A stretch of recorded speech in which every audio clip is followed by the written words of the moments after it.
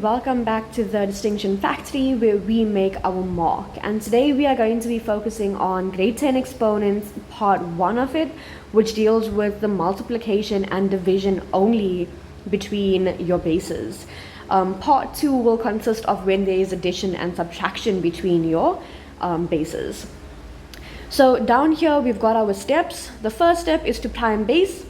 The second step is to get rid of your brackets, and the third step is to add and subtract the exponents of the same base. So first, let's get used to what prime basing is.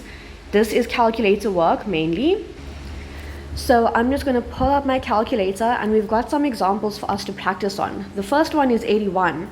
So when you open up your calculator, you'll type in 81, press equals to, and then you'll press shift and fact, which is the yellow writing above this coordinates button, and we get 3 to the power of 4. So let's write that in. Whoops. 3 to the power of 4. The next one we've got is 50, so we'll put 50 equals to and shift fact it, so we get 2 times 5 square. And then the last one is 8. And we know that 8 should be 2 to the power of 3, but we'll press 8 equals to and shift fact it, and we get 2 to the power of 3. Right. Then we need to practice getting rid of brackets. Now this is law number 3 of exponents, which basically says that when you are getting rid of brackets, you need to multiply the exponents out. So for example, let's say that I've got x to the power of 2 all to the power of 3. Then this will be 2 times 3, which gives me x to the power of 6. Now we are going to be applying this law to our bases. So we're first going to prime base the 81, which we know will be 3 to the power of 4. And that has now substituted the 81, but the 81 is still raised to the power of x. And then we have to get rid of that bracket. So we'll say 3 to the power of 4 times by x. So that gives me 4x. The next one, we're doing the same thing. We're first going to prime base it, which we already know is 2 times 5 to the power of 2. And that whole thing is raised to the power of 2x. And then in order to get rid of the brackets, we have to take each base's exponent and multiply it to the exponent on the outside. So remember that this 2 has an invisible 1 there. So we've got 2 to the power of 1 times by 2x, which is 2x, times 5 to the power of 2 times by 2x, which is 4x. Okay, our next one is 8. We'll prime base that, so 2 to the power of 3. And that is raised to the entire exponent of 3x minus 2. So it's basically like you're doing distributive law here between your exponents. So you keep your base of 2, and then we've got 3 times by 3x, which is 9x. And 3 times by negative 2, which is negative 6.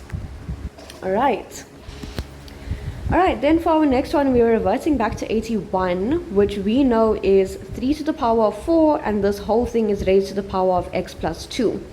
So again, we're going to take the 4 and multiply it to each of the exponents on the outside. So we get 4x, and then 4 times 2 is 8. For our next one, we've got 2 to the power of an invisible 1 there. So let's write that in so we don't forget about it. And 5 square all to the power of 2x plus 1. So again, we're going to take each exponent of each base and multiply it to the exponent on the outside. So we'll first work with the 2. And then we've got that invisible 1 times by 2x and the invisible 1 times by 1. So that will give me 2x plus 1, and then we'll take 5's exponent of 2 and multiply it here. So that gives me a 4x, and that gives me a positive 2. Alright, so now that we know how to do each of those things, we can now apply to a question. So our first step, when we are looking at this question we've got down here, is to prime base. So you're going to put each of those into your calculator and shift fact it. So 27 will become 3 cubed to the power of x plus 2. 9 becomes 3 squared to the power of 2x. 3 cannot be prime based because it is already a prime base, so we'll just keep that the same. And then the 81 becomes 3 to the power of 4, all raised to the power of x plus 1. Right. Our next step is to get rid of the brackets.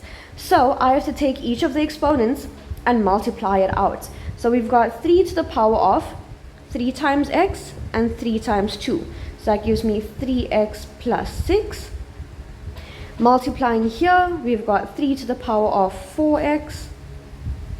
Moving over to our denominator, the 3 to the 3x stays the same. And here we've got 3 to the power of 4 times x and 4 times 1. Alright, our last step says that we need to add and subtract the exponents of the same bases. So we'll see that all of our bases here are the same because they are all 3's. So that means that we can just go straight ahead and add and subtract those exponents. So something important is that if it's in the numerator, so any exponents from the top here, their sign stays the same. But if we are taking exponents from the denominator, their signs will change. So if something is a positive, you'll write it as a negative. And if it's a negative, you'll write it as a positive. Okay, so we're going to have it as our base of 3. And we're going to add all of these exponents up. Because remember, law number 1 of exponents says that when you are multiplying bases, you can add those exponents. And when you are dividing bases, that's why we've got a fraction line here, then you subtract those exponents, which is also why we change the sign whenever something comes from the bottom. So we've got this 3x plus 6. We're going to add this 4x. We'll take this to the numerator and it becomes a negative 3x. This will become a negative 4x. And this will be a negative 4. And then from there, it's just like normal addition and subtraction. I'll actually do it up here on the side. We're going to check for some like terms. So everything with x's will obviously be our like terms. And then everything constant will be like terms. So we've got our base of 3. And then we've got 3x plus 4x, which is 7. Minus 3x minus 4x, which is 0x. So all of the x's cancel off and we don't write an x anymore. And then we've got 6 minus 4, which leaves us with 2. And then simplifying that, we end up with an answer of 9. I hope that has helped you guys out with these questions. You can catch me for part 2 where we deal with addition and subtraction between our bases with exponents. Thank you.